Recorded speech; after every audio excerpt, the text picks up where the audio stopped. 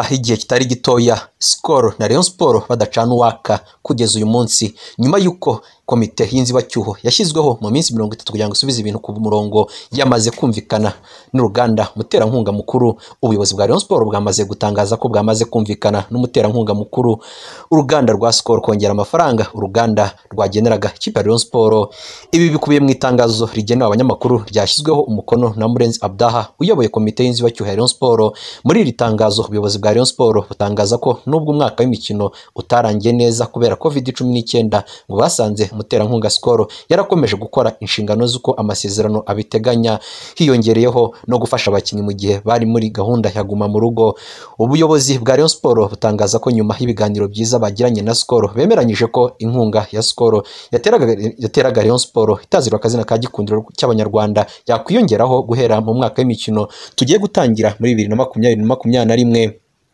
Ni amasezerano ngo azashyirwa hanze mu minsi ya vuba, bigatangarizwa abafana ba Rayon Sport ku mugaragaro, ndetse n'ibikubiye mu byo bamaze kumvikana byose bigashyirwa hanze. Rayon Sport yari isanzwe ihabwa na Skol miliyoni 36 z'amafaranga y'u Rwanda mu mwaka. Amakuru agera kuri H. Innocent yemeza ko Skol yemeye kuva kuri miliyoni 36 yahaga Rayon Sport buri mwaka, hatabariwemo ibindi birimo n'imyenda, ikayigenera miliyoni 120 z'amafaranga y'u Rwanda buri mwaka kuva muri Gicurasi 2014.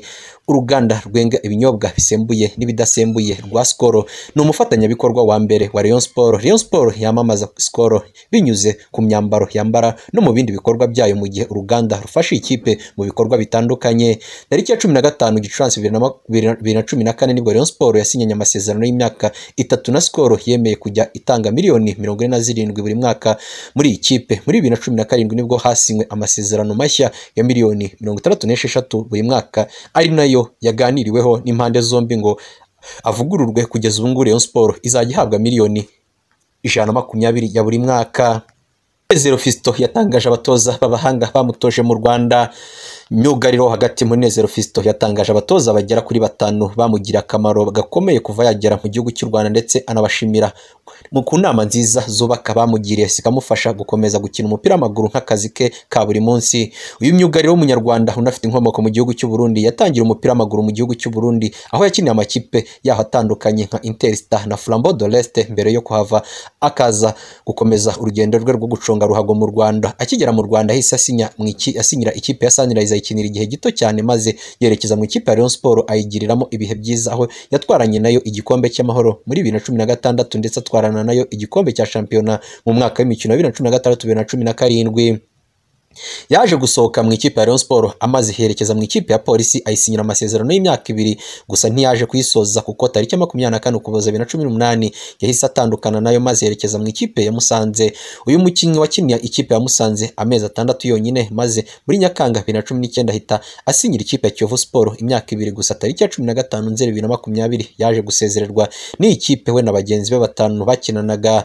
Aha batatanze umusaruro bari bitezweho mu makipe yose Munezero Fiston yanyuzemo.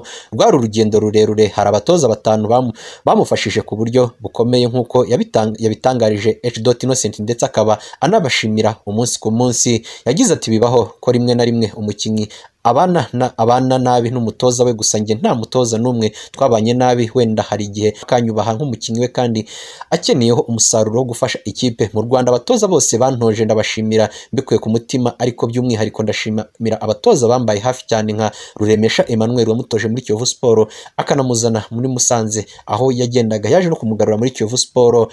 Irambona Masud Juma wamutoje muri Rayon Sport imyaka igera kuri 2. Bisengimana Justin nawe aramushimira ko yamufashije cyane. Mutarambirwa Jabiri wamutoje muri Kiyovu Sport na John Brian McKinstry wamuhamagaye mu Mavubi ikipe y'igihugu Amavubi. Abo nibo batoza mfata nk'abahanga cyane kurenza abandi bigendanye nuko babanaga neza n'abakinnyi babo. Ikindi inama bangiriye zaramfashije haba mu buzima bw'umupira w'amaguru ndetse no mu buzima busanzwe bwa buri munsi, ndabashimira cyane. Munezero Fiston nyuma yo gutandukana n'ikipe ya Kiyovu Sport magingo ya nta yindi kipe arasinyira. Uyu myugariro kandi yanyomoje amakuru yavugwaga ko ashobora kwerekeza mu ikipe ya Musanze itozwa na Seninga Innocent ndetse na Bugesera FC itozwa na Mbarushimana Abdou. Akaba yavuze ko nta biganiro hagati ye n'ayo makipe byabayeho. Romelu Lukaku yegukanye igihembo atsinze Bruno wa Manchester United. Rutahizamu w'ikipe ya Inter Domira Romelu Lukaku yabaye umukinnyi mwiza w'umwaka mu irushanwa rya Europa League atsinze Bruno Fernandes ndetse na Eva Banega ukinira Sevilla.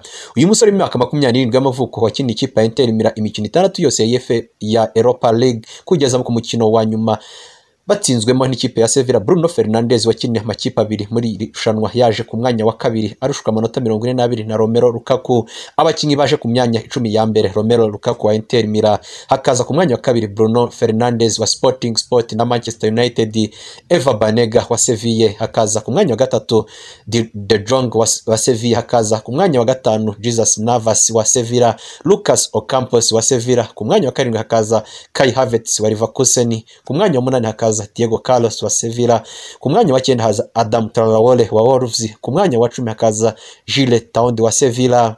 Romelu Lukaku yakunze kwigaragaza kuva yagera muri Inter Milan. Umwaka w'imikino wa 2019-2020 warangiye Romelu Lukaku atsinda ikipe ya Inter ibitego 34 mu mikino yose yabakiniye, ibintu byaherukaga gukorwa na Ronaldo Gifaru ku mukinnyi yatsindira ibitego byinshi ikipe ya Inter Milan kandi ari umwaka we wa mbere ayikiniye. Ronaldo yabikoze mu mwaka w'imikino wa 1997-98 byongeye kongerwa gukorwa na Romelu Lukaku.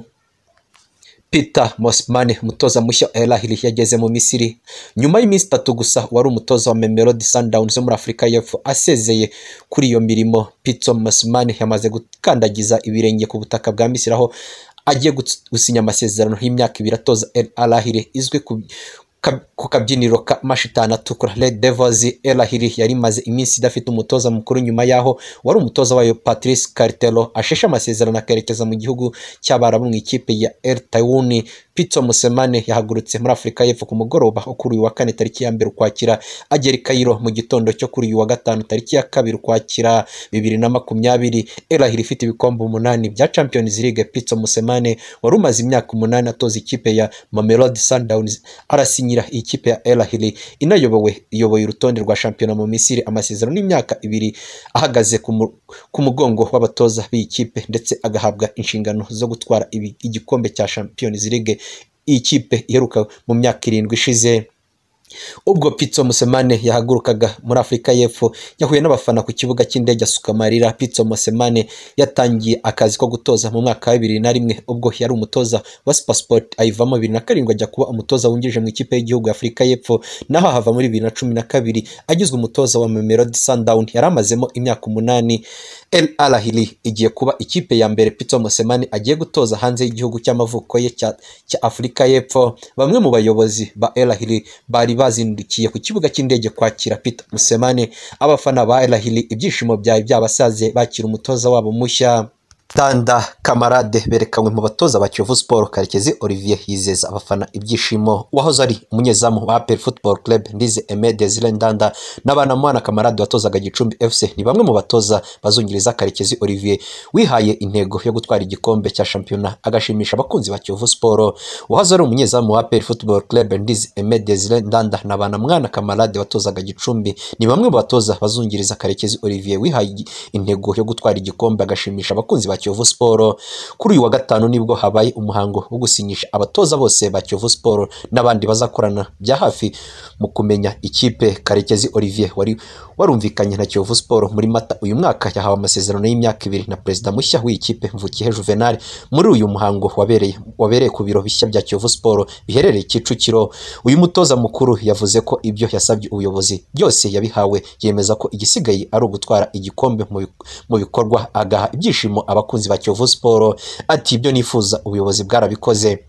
bungurira abakinnyi nkeneye. Iki ni cyo gihe cyo kwishima no kuzirikana icyizere twagiriwe cyo kubaka ikipe ya Kiyovu Sport. Igikombe ntabwo ari mu magambo, niyo mpamvu nasabye abakinnyi beza bari hano no hanze n'andi makipe yariteguye, ariko icyangombwa no kwitegura neza. Karekezi Olivier azungirizwa na Kalisa François uheruka gutoza mu makipe ya Kirehe FC na Gasogi United ndetse na Banamana Kamarade watozaga Gicumbi FC. Ndizeye Aimé Desire Ndanda wabaga muri St George muri Ethiopia nyuma yo kuva muri APR Football Club muri 2010 azaba ari umutoza w'abanyezamu abifatanya no kuba umuyobozi wa tekinike. Kagabo Ahmed wari usanzwe ari umusifuzi azaba yongerera ingufu abakinyi. Ntwari Ibrahim Jemba niwe uzaba ushinzwe ibikoresho bya Kiyovu Sport, mu gihe Kikundo Ibrahim azaba ushinzwe ubuzima bwa buri munsi bw'ikipe ya Kiyovu Sport nka team manager.